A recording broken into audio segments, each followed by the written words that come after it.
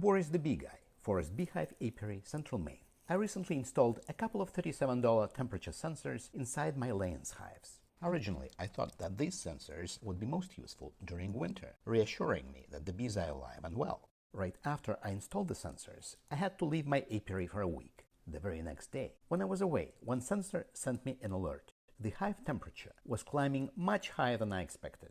I checked my apiary remote security camera and saw the bees heavily bearding on the front of that hive. The outside temperature of the apiary was only 82 degrees Fahrenheit, yet the hive temperature kept rising. I was getting worried, especially since the next few days were supposed to be much hotter. Then something strange happened. The sensor temperature started dropping rapidly during the second half of the day. By evening, the bearding had almost disappeared. But overnight, the hive temperature dropped to only a few degrees above the outside temperature. Since I was away, I asked a friend who lives near the apiary to help. At my request, he put a thick pink foam insulation board on top of the hive with a stone on top, and I kept watching the graphs. The orange line shows the hive temperature.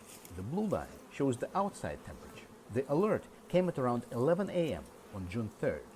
On the graph, you can see that the hive temperature climbed past 100 degrees Fahrenheit and eventually exceeded 107 degrees Fahrenheit.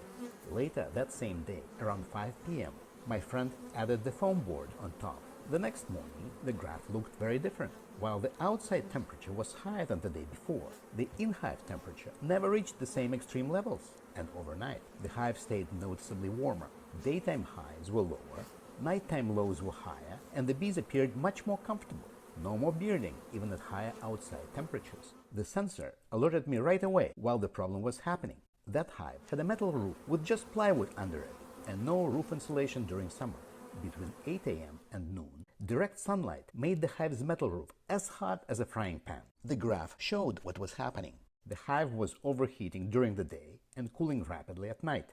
Adding the pink foam board lowered daytime highs, raised nighttime lows, and the bees stopped bearding. So even during Maine summers, I've learned that a well-insulated hive roof matters. The pink foam board worked, but it's really a temporary fix. Left exposed to rain, foam insulation becomes eventually waterlogged and loses much of its effectiveness.